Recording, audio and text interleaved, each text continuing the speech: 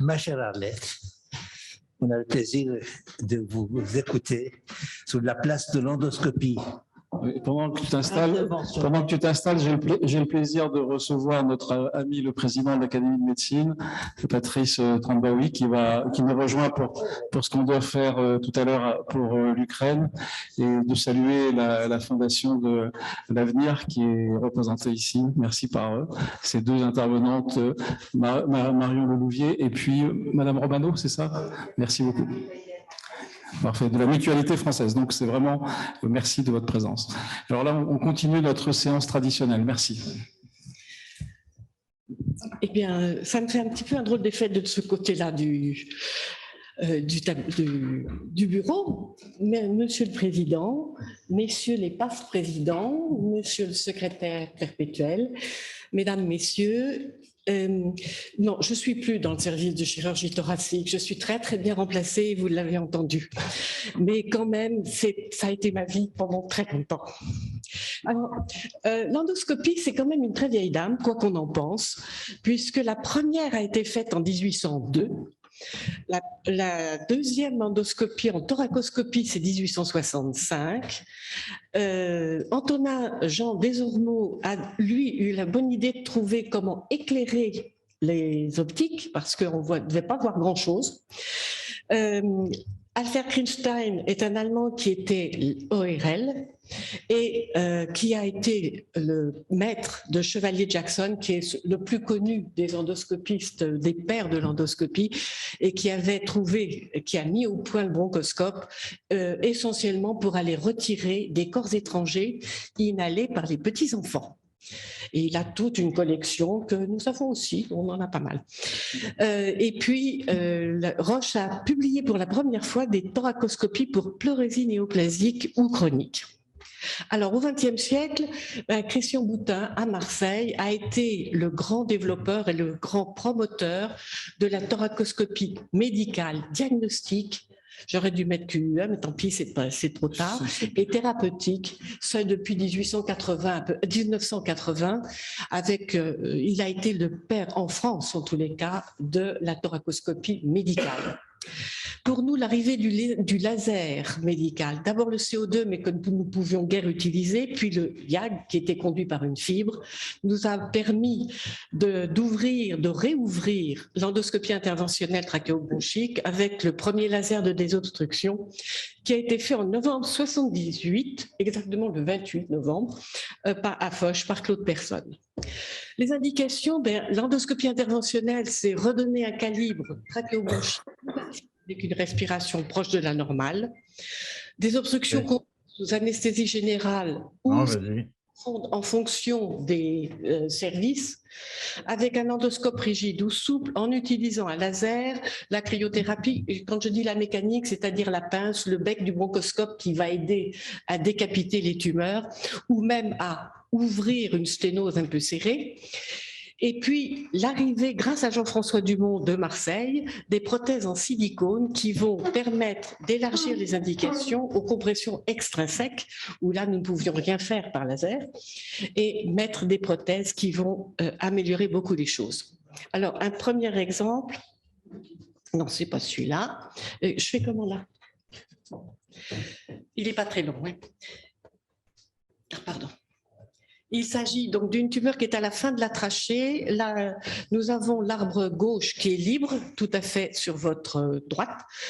On va commencer par traiter par laser la surface de la tumeur pour essayer de la coaguler, pour éviter qu'il y ait trop de saignements, car c'est pour nous la crainte majeure. Nous, on se noie avec 150 cc de sang. Il y a voilà, le bronchoscope est passé, on a agrandi la place. Vous voyez la carène sur votre droite qui est libre et voilà, la désobstruction est faite. On passe avec une carène normale.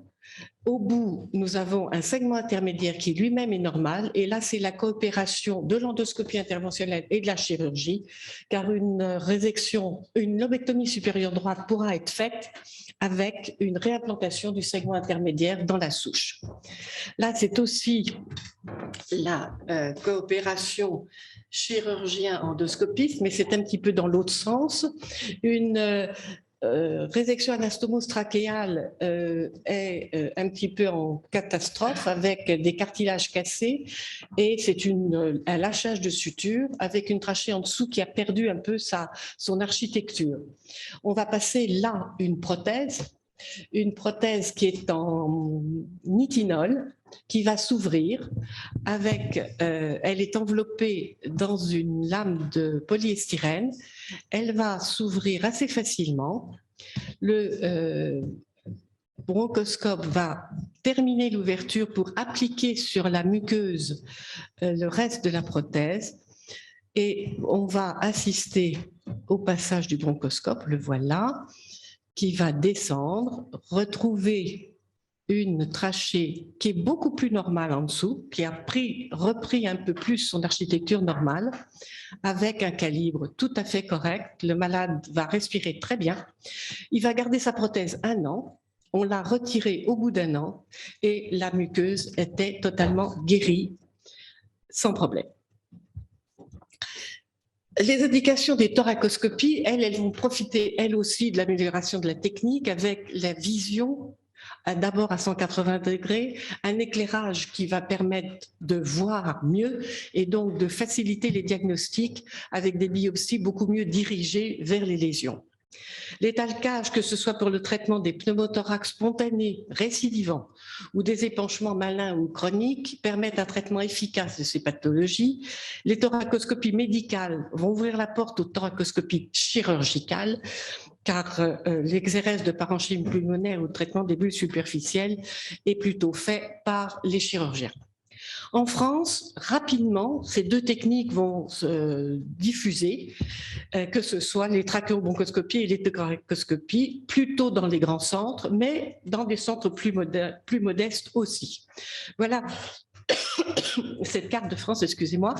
Vous voyez que la répartition est quasiment homogène, donc il n'y a pas grand monde sur les plateaux du Larzac, mais il y a une certaine attraction pour le pourtour méditerranéen. Et l'Île-de-France, excusez-moi, cette carte n'est pas très jolie, mais qui montre qu'il y a une domination des Hauts-de-France, pardon, de Paris, bien sûr, et d'Avicenne et de Créteil. Pardon, grâce à l'intérêt des industriels pour l'endoscopie, les indications, je suis désolée, vont pouvoir s'élargir. Alors, avec des nouveaux lasers qui sont beaucoup plus faciles de manipulation, qui ont des longueurs d'onde, elles aussi, plus faciles et moins dangereuses, les prothèses trachéalo-bronchiques, c'est gentil. Merci beaucoup. Mieux adaptées, avec les fabrications sur mesure, en particulier pour les bronches des greffés, grâce au système 3D qui permettent de faire des prothèses qui sont absolument adaptées à des anatomies greffées qui sont souvent un petit peu différentes de l'anatomie normale. Les valves unidirectionnelles dans le traitement des emphysèmes bulleux, qui permettent de diminuer les bulles d'emphysème et de redonner du parenchyme. Les systèmes de vision à 360 degrés pour examiner la plèvre et retrouver ainsi plus facilement des tumeurs, en particulier dans les cul-de-sac, qui sont très peu faciles à voir. Et puis la VATS et les thoracoscopies chirurgicales. Alors, qui fait les thoracoscopies?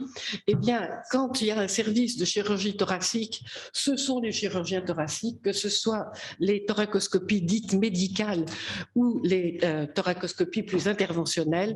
Et puis, quand il n'y a pas de service de chirurgie thoracique, c'est les pneumologues qui les font et qui font des thoracoscopies diagnostiques et thérapeutiques avec les talcages. Alors, l'enseignement, il n'a pas été très évident. Mais le groupe d'endoscopie interventionnelle, qui est très actif, organise des cours théoriques et des cours de formation continue, des congrès annuels français ou internationaux. Il y a un DUI d'endoscopie thoracique qui est organisé à Saint-Étienne en partenariat avec Amiens et Aix-Marseille. C'est une formation sur 2 ans, donnant une formation continue qui dure 2 ans et qui donne un diplôme en fin de cours. Il y a aussi une endoscopie interventionnelle enseignée dans le DES d'oncologie à Cochin, mais la grande part de l'enseignement, c'est le compagnonnage qui permet de voir en réel et pas seulement en simulation, éventuellement les difficultés, il y en a, et de savoir un petit peu comment les sauver. Nous ne sommes pas encore au sommet de l'endoscopie. Nous sommes à peu près à mi-chemin là sur le plateau du Quaternaire et nous espérons arriver au sommet, mais grâce à ce qu'elle vous a montré François tout à l'heure, peut-être que nous y arriverons. Merci de votre attention.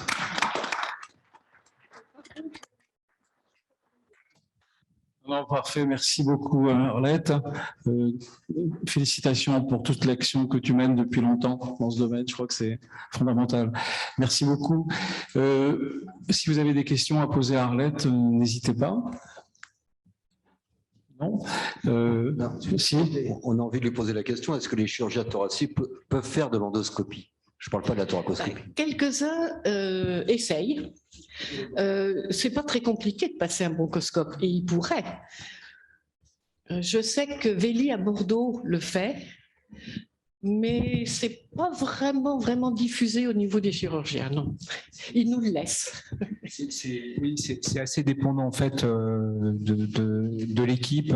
Il y a certaines équipes effectivement où c'est les chirurgiens qui font les bronchoscopies rigides. Je le sais d'autant plus qu'on a un certain nombre d'internes en interchu qui passent dans le service et qui s'intéressent justement parce que faut bien reconnaître que du côté médical il n'y a pas un grand intérêt pour ça et donc il y a quand même un tropisme chirurgical pour la discipline. Les choses changent un petit peu. Ah bah, à Toronto, on sait que ce sont les chirurgiens thoraciques qui font les endoscopies. Oui. Un micro pour Patrice Trambaoui. Oui, bonjour. Il m'est arrivé de poser à quelques reprises des grilles, enfin des dilatateurs qui pouvaient faire pour la trachée. À chaque fois que j'ai eu à les retirer, sauf dans les indications terminales bien sûr, j'ai eu beaucoup de difficultés parce qu'il y avait une espèce de granulation autour des grillages qui faisait que l'extraction était effroyablement difficile. Est-ce que le nouveau matériau que vous utilisez favorise et facilite cette extraction? Oui, c'est plus facile.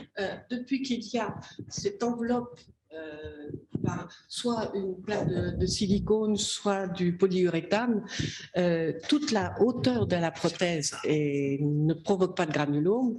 Alors, il peut y en avoir un peu aux extrémités, mais quand on veut la retirer, on prend avec la pince, on tourne la prothèse tout doucement et elle rétrécit son calibre et à ce moment-là, on peut la retirer relativement facilement. C'est toujours un petit peu impressionnant. François a quelques souvenirs. Est-ce que je peux reprendre la question de notre secrétaire général concernant pourquoi les chirurgiens ne s'intéressent-ils pas à l'endoscopie?